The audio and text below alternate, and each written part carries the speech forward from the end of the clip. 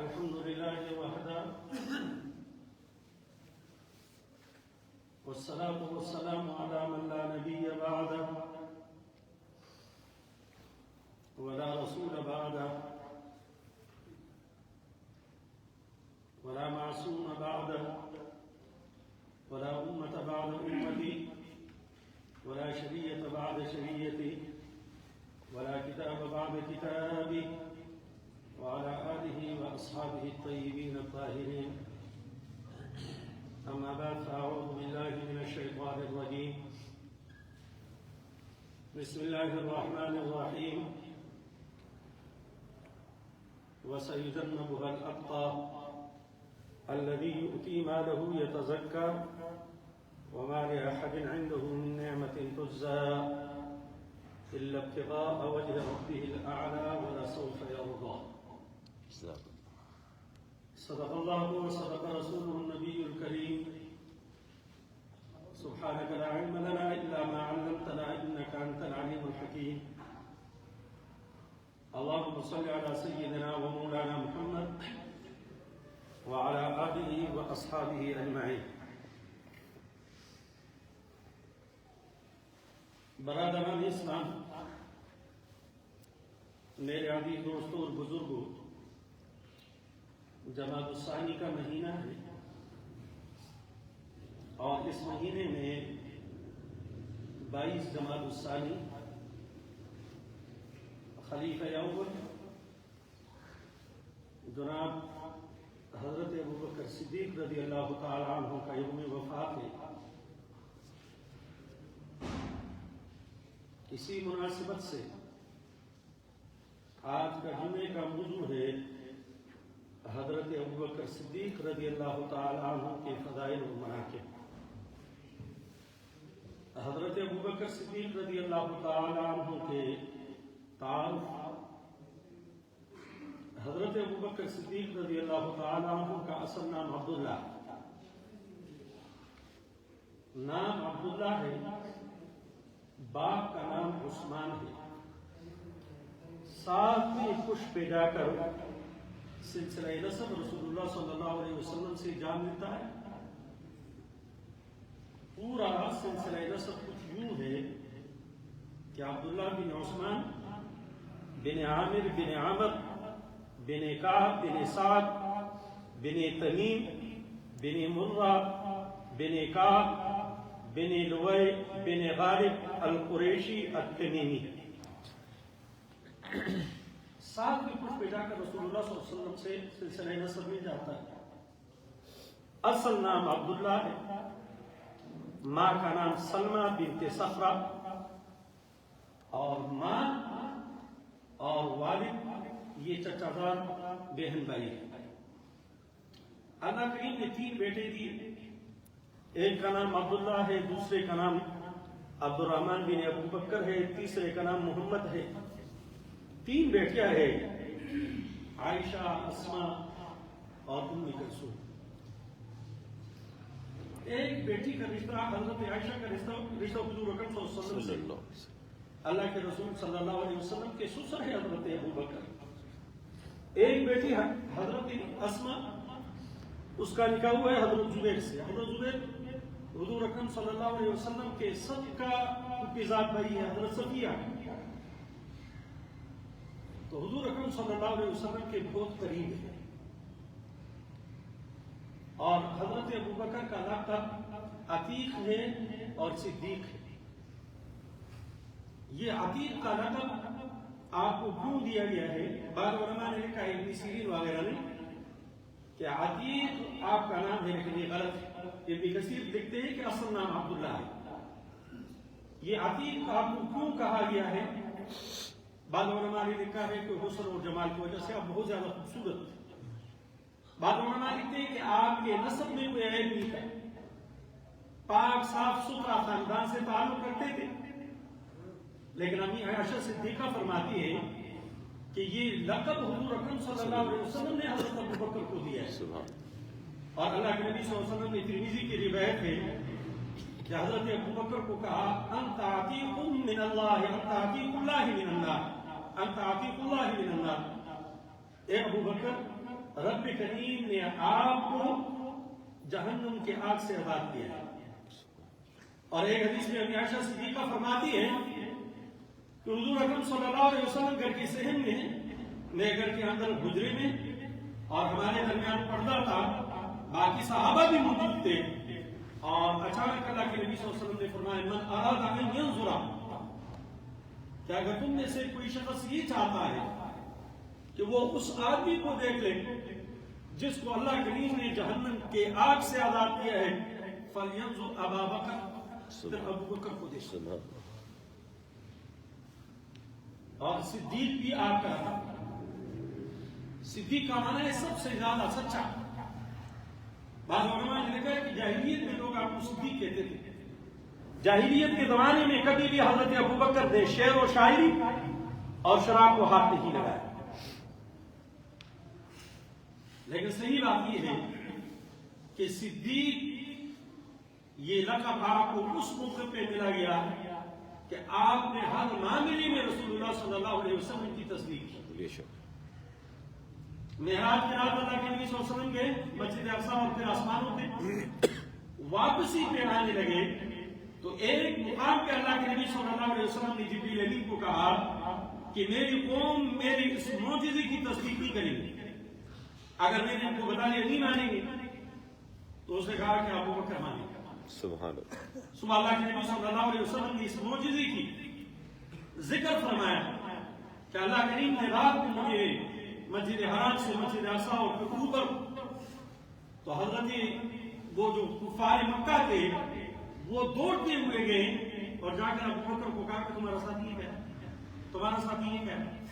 اس نے کہا وہ کہہ رہا ہے، کہا ہاں، کہا ایمان وہ واقعی کہہ رہے. اس دن سے صدیق مشہور ہوئے.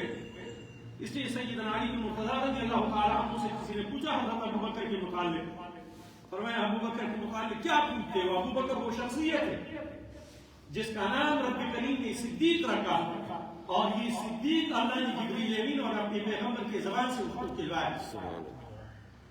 پھر کہا حضرت ابو بکر وہ شخصیت ہے جس کا نام رب کریم نے صدیق رکھا، اور اللہ کریم نے یہ صدیق نام آسمانوں سے اتارا. تو آپ کا لقب عتیق بھی ہے اور صدیق بھی ہے. سب سے پہلے اسلام قبول کرنے والے ہیں. مردوں نے سب سے پہلے اسلام قبول کیا. بلکہ ایک اور بات بتاتا چلو کہ جاہلیت میں اور اسلام کے زمانے میں میرے نبی کے دوست رہے. جاہلیت کے زمانے میں سفر اور حضر میں میرے آقا سے جدا نہیں رہے. 8 سال کی عمر میں میرے آقا نے جو شام کی طرف سفر کیا تھا تو اسی سفر میں حضرت ابو بکر کے ساتھ جب ایمان لایا تو پھر نکلے گھر سے، اور 10 مبشروں میں سے 5 آدمی جن کو حضرت ابو بکر صدیق نے دین اسلام کی دعوت دی، ان پانچوں نے اسلام قبول کیا. وہ حضرت ابو بکر کی محنت سے سیدنا عثمان غنی، حضرت زبیر، حضرت طلحہ، حضرت سعد اور حضرت عبد الرحمن بن عوف، ان 5 کو لے کر آئے اور کہنے لگے اللہ کے رسول صلی اللہ علیہ وسلم یہ میری آج کی کمائی. اس سے اللہ کے رسول صلی اللہ علیہ وسلم نے حضرت ابو بکر صدیق رضی اللہ تعالیٰ عنہ کے متعلق فرمایا کہ ان من آمن الناس علیہ فی صحبتہ ومالہ ابو بکر وعند البخاری ابا بکر، کہ سب سے زیادہ مجھ پہ اگر کسی کا احسان ہے، مال، وقت، مال صرف کے لحاظ سے سب سے زیادہ اگر مجھ پہ کسی کا احسان ہے وہ ابو بکر کا. وقت کے لحاظ سے سب سے زیادہ قربانی، مال کے لحاظ سے سب سے زیادہ قربانی، جان کے لحاظ سے سب سے زیادہ قربانی، رفاقت کے اعتبار سے سب سے زیادہ قربانی حضرت ابو بکر نے. سب سے زیادہ مجھ پہ اگر کسی کا احسان ہے وہ ابو بکر. اور اسی روایت کو جب ہم لیتے ہیں ترمذی شریف میں، یہاں حضرت ابو سعید الخدری حدیث کے راوی ہے، اور ترمذی میں حدیث کے راوی حضرت ابو ہریرہ رضی اللہ تعالیٰ عنہ ہیں. وہاں حضرت ابو ہریرہ فرماتے ہیں کہ اللہ کے رسول صلی اللہ علیہ وسلم نے فرمایا ما لأحد عندنا يد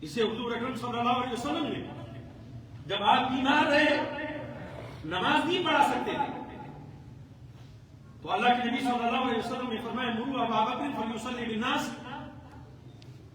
امی عائشہ کو کہا لوگوں نے نماز پڑھنے کا نہیں کہ آپ کے انتظار میں